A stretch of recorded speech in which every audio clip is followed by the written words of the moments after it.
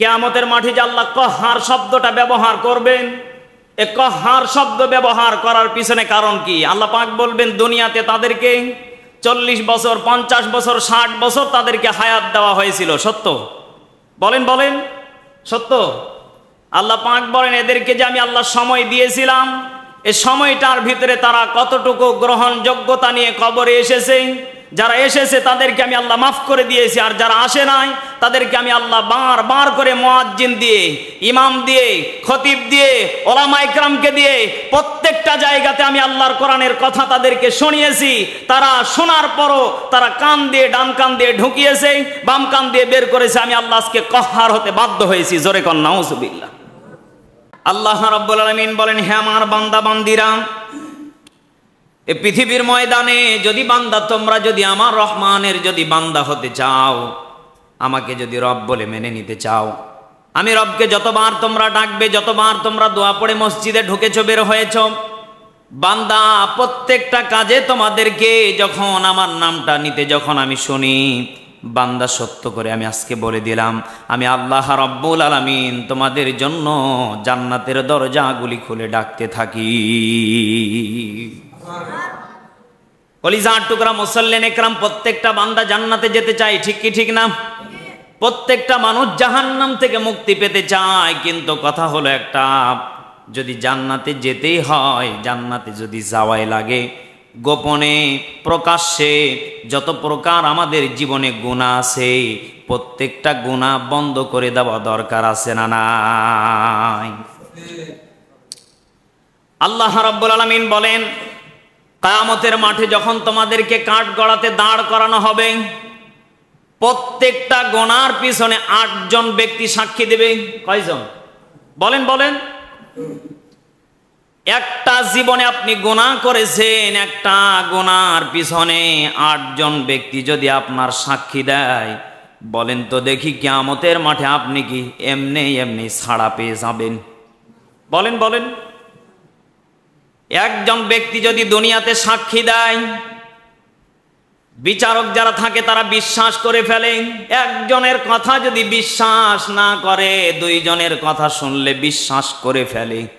আমার দেশের মুসলমান মনোযোগ দিয়ে শুনে রাখবেন, আল্লাহ রাব্বুল আলামিন সুন্দর করে জানিয়ে দিলেন, কিয়ামতের মাঠে আমি আল্লাহ একটা নয়, 2টা নয়, 3টা নয়, 8 জন ব্যক্তি একটা গুনাহের পক্ষে সাক্ষী দেবে। চিৎকার মেরে বলেন নাউজুবিল্লাহ। কিয়ামতের মাঠে 8 জন ব্যক্তি যখন আপনার আমার জন্য সাক্ষী দেবে, গুনাহগার। 1 নাম্বার, আপনার আমার জন্য জমিনটা সাক্ষী দেবে। অমুক ব্যক্তি আমার উপরে দাঁড়িয়ে থেকে অমুক দিন এই গুনাহটা করেছিল, এই গুনাহটা করার কারণে আমি তার প্রতি রাগান্বিত ছিলাম। কেমন গুনাহ? ছোট্ট একটা কথা বলি। আপনি জমিনটা থেকে আল্লাহ আপনাকে পাঠিয়েছে, জমিনের বুকে আপনি খাবেন, চলবেন, ফিরবেন। এই জমিনটার প্রতি যখন আপনি জুলুম করেছিলেন, জমিনটার উপরে যখন আপনি লাথি মেরেছিলেন, এই জমিনটার উপর দিয়ে যখন আপনি চুরি করার জন্য রওনা দিয়েছিলেন, জমিন আপনাকে বাধা প্রদান করেছিল, যাস না।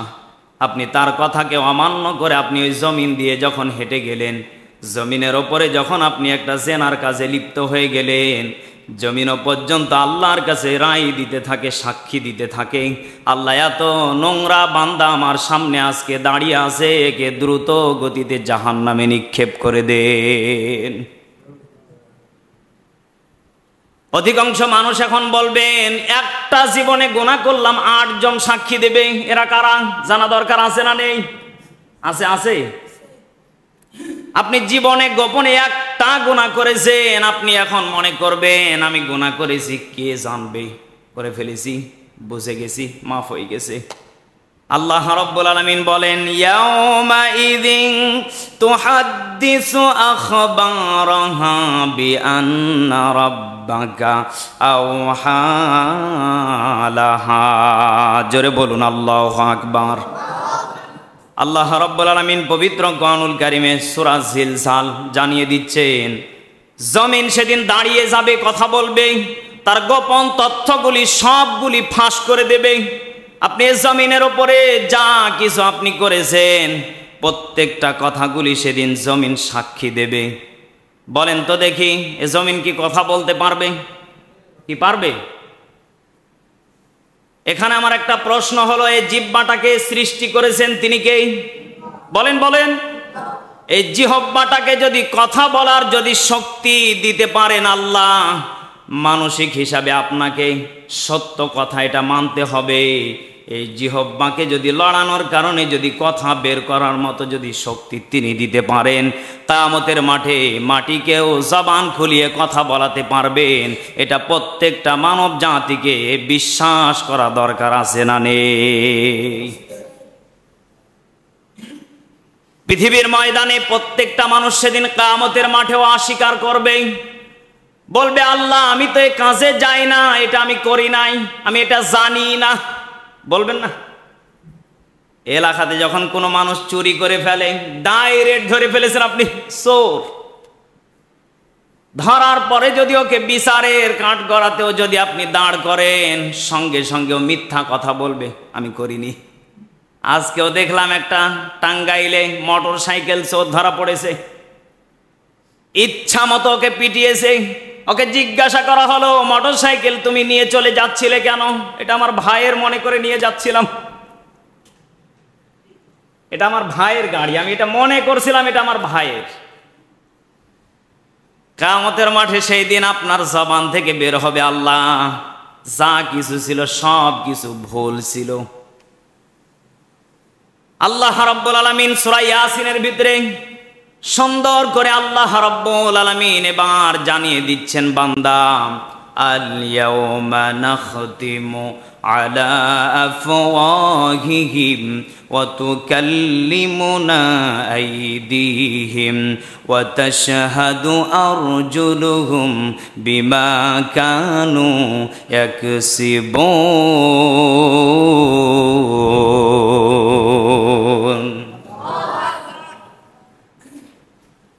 আল্লাহ রাব্বুল আলামিন জানিয়ে দিচ্ছেন আল ইয়াউমা নাখতিমু আলা আফওয়াহিহিম।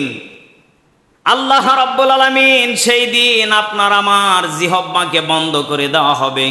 সেই দিন কিন্তু তুকাল্লিমুনা আইদিহিম, সেই দিন আপনার হাত সাক্ষী দেবে, আপনার পা সাক্ষী দেবে, আপনার কান সাক্ষী দেবে, আপনার নাক সাক্ষী দেবে। এর বাস্তব প্রমাণ আল্লাহ পাক আবারও সুন্দর করে বলতেছেন সূরা হামিম। আল্লাহ রাব্বুল আলামিন বলেন, হাত্তা ইযা মা জাউহা শাহিদা আলাইহিম সামাউহুম ওয়া আবসারুহুম ওয়া জুনুদুহুম ওয়া যুহুরুহুম বিমা কানু ইয়ামালুন।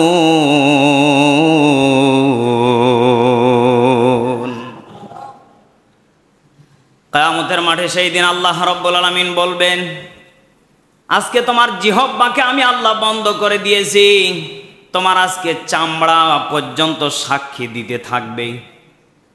কারণ অধিকাংশ মানুষের হাত নেই, পা নেই। বাজারে গেলে এটা দেখা যায়, সুন্দর করে বস্তা পেঁচিয়ে যতটুকু অঙ্গ আছে এটাকে সুন্দর করে বেঁধেছে, কাঠের একটা তক্তার উপরে উঠে ভিক্ষা চাচ্ছে। কথা বলেন না কেন? নেই, এরকম মানুষ নেই। এখন এখানে মুফাসসিরিন ইকরাম বলতেছেন, যাদের হাত নেই, যাদের পা নেই, তাদের কি অবস্থা হবে? তাদের তো অঙ্গি ভঙ্গি নেই। কারণ কিয়ামতের মাঠে 8টা জিনিস আপনার নামে সাক্ষী দেবে, অভিযোগ করবে। একটা গুনাহের কারণে যাদের হাত নেই, যাদের পা নেই, তাদের ব্যাপারে আল্লাহ রাব্বুল আলামিন বলেন তাদের চামড়াও পর্যন্ত সাক্ষী দিতে থাকবে। কিয়ামতের মাঠটা কত ভয়ঙ্কর হবে আপনি একটু ভেবে দেখেন, যে আল্লাহ পাক কিয়ামতের মাঠটাকে কত শক্ত করে কহার। আল্লাহ পাক বলেন, এত আমি আল্লাহ কহার হয়ে যাব, সেই দিন আমি শক্ত হয়ে যাব। আল্লাহ পাক বলেন এমন শক্ত হয়ে যাব, সেদিন তার বলতে পারবে না যে আল্লাহ আমি এগুলা করি না। কারণ প্রত্যেকটা ভিডিও ফুটেজ আল্লাহ সেদিন আপনার আমার সামনে ভাসিয়ে তুলবে।